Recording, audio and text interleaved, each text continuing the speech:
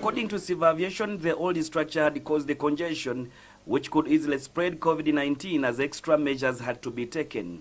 Today, the Ministry of Health inspected the facilities that are capable of accommodating 160 people during the screening. It will be even more quicker than we used to have in the crowded, smaller space.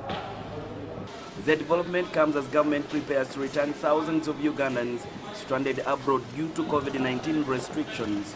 The Prime Minister made it very clear to us that the coming of these people will be dependent on the readiness of the Ministry of Health and the readiness of the airport.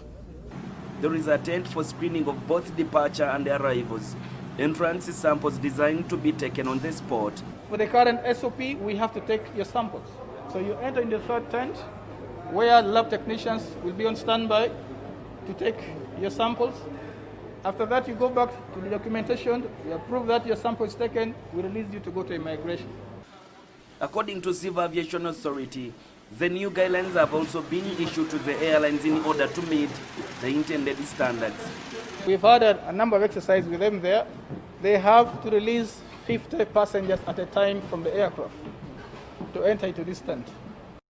According to the Ministry of Health, as soon the country will start repatriating stranded Ugandans from different countries.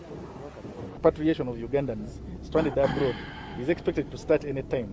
Embassies have already given indications to some Ugandans, and you had the Ministry of Health indicating. So for those, we are ready to facilitate them with the current.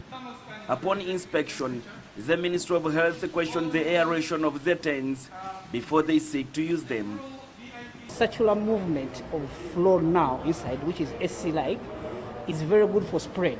So if we open up and have enough windows, spaces, that we have fresh air in and out, absolutely, that would be better for them. Absolutely. However, it was not clear when the Civil Aviation will fix the concerns raised by the Ministry of Health. The ministry also assured the public of capability to handle the returnees numbers and will ensure the airport is equipped. Stakeholders are going to help us to make sure the tent is worked on to the level we think is the right level of use. However, it was not clear when the Civil Aviation will fix the concerns raised by the Ministry of Health.